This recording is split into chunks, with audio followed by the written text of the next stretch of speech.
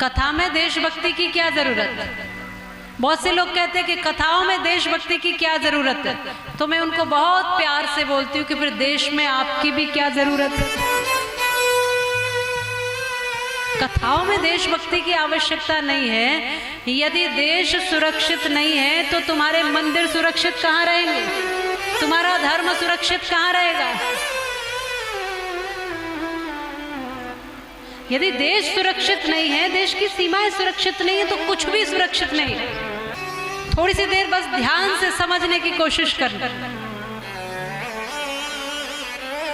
यहाँ आपका जो मंदिर है, इस मंदिर में भी भारत माता की प्रतिमा है और होनी ही चाहिए। ये एक सीख है कि प्रत्येक मंदिर में जब सब देवी देवताओं की प्रतिमा है तो हमारा सबसे बड़ा देव, एक समय पर विवेकानंद जी ने कहा था, हम 33 कोटि देवताओं को मानते हैं और सबको अपने हृदय में धारण करते हैं, लेकिन अब समय की स्थिति ऐसी है कि अब से हमारा एक ही देवता होगा और वो होगा राष्ट्र देव, और एक ही माता होगी, वो होगी भारत माता। ये संतों ने उद्घोष किया था, और जब ऐसा संतों ने उद्घोष किया तब घर घर में व्यक्ति व्यक्ति के मन में भारत माता की प्रतिमा विराजमान हुई, और हम सब आज स्वतंत्र हैं जब सब संगठित होकर के माँ भारती के लिए प्रयास किए।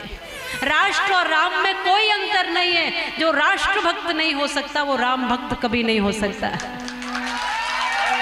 ये बात निश्चित है, ये बात तो सत्य है। जो राष्ट्र का ही नहीं हुआ वो राम का क्या हो जाएगा, बोलो। इसलिए मैं हमेशा कहा करती हूँ, भारत का कुछ नहीं बिगाड़ा, दुश्मन की तलवारों ने भारत को बर्बाद किया है, भारत के गद्दारों ने।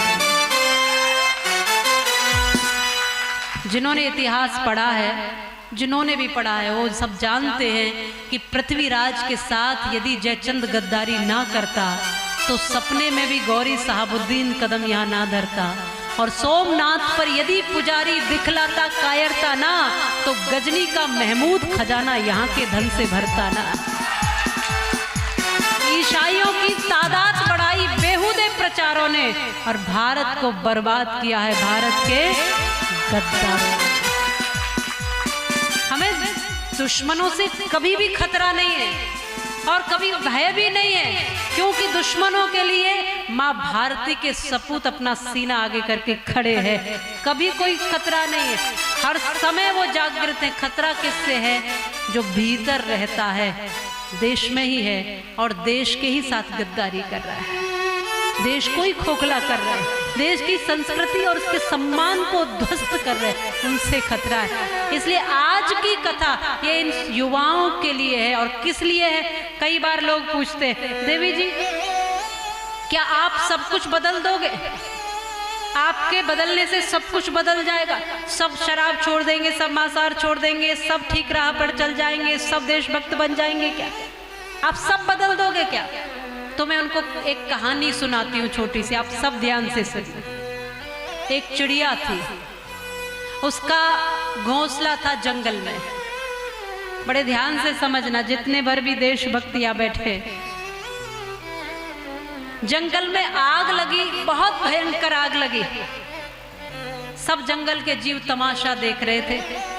अब चिड़िया भी उसी जंगल में रहती थी, कोई प्रयास नहीं कर रहा था उस आग को बुझाने का। सब जीव तमाशा देख रहे हैं, लेकिन उस चिड़िया से रहा नहीं गया। उस चिड़िया ने उड़ान भरी, उड़ करके तालाब के किनारे गई, अपनी चोंच में एक बूंद पानी लिया और जंगल की आग में छोड़ दिया।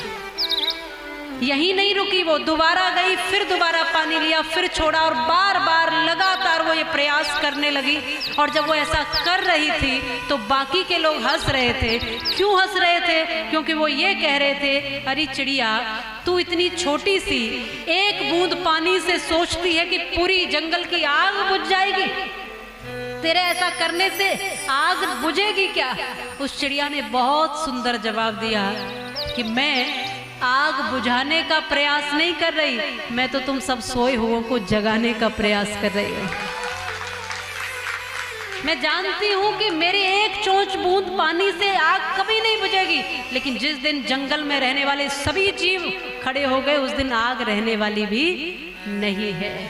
ये मैं भी जानती हूँ, मेरे अकेले के प्रयास से सब नहीं बदलेगा, लेकिन ये जानती हूँ कि मेरे प्रयासों से यदि आप सब जागृत हो गए तो सब कुछ बदल जाएगा, एक दिन सब कुछ जागृत हो जाएगा। और एक सुंदर बात उस चिड़िया ने कही थी कि मैं इसीलिए भी ये प्रयास कर रही हूँ कि जिस दिन इस जंगल का इतिहास लिखा जाएगा, मेरा नाम आग बुझाने वालों में होगा, आग लगाने वालों में नहीं होगा।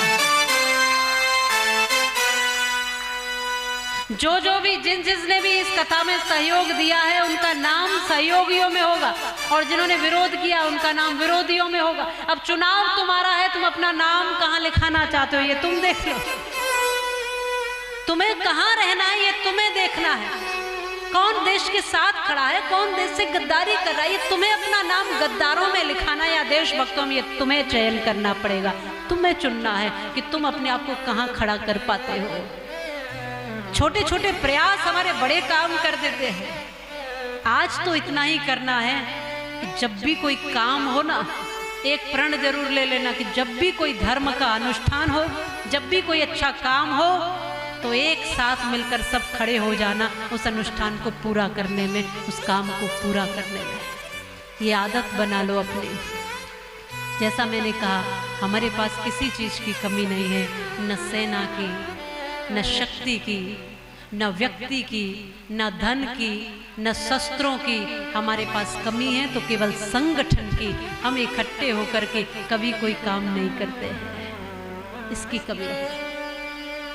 अपने ही लोग पीछे खींचते हैं, अपने ही लोग कहीं विघटन डालते हैं, अपने ही लोग कमजोर करते हैं। अरे जिसकी जितनी सामर्थ्य, पतली पतली लकड़ियों को भी इकट्ठा करके गट्ठर बना दिया जाए तो कोई तोड़ नहीं सकता। तो आप कितने भी कमजोर सही, कोई शक्ति तो ईश्वर ने आप में दी होगी। जब सब एकजुट हो जाते हैं ना, तो कोई भी विधर्मी, कोई भी दुरात्मा, कोई भी राक्षसी वृत्ति का व्यक्ति धर्म को हिला नहीं सकता है, जब सब एकजुट होकर के धर्म की स्थापना करते हैं। मैंने पूछा, झूम झूम कर फांसी कैसे चढ़ जाते हैं, नंगे पैरों अग्नि के वो अंगारों पर चल जाते हैं। वो बोले, जैसे दीपक पर बलिदान पतंगा होता है, मृत्यु भयभीत नहीं करती जब हाथ तिरंगा होता है।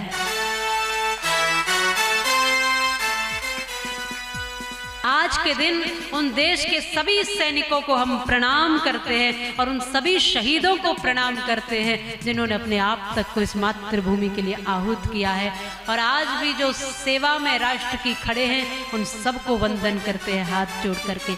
आज का दिन उनके लिए है, किसी को प्रसन्न करने के लिए नहीं, किसी को ये बताने के लिए। आज समय की जरूरत है। इन धार्मिक मंचों से भी राष्ट्रीयता का उद्घोष होना ही चाहिए।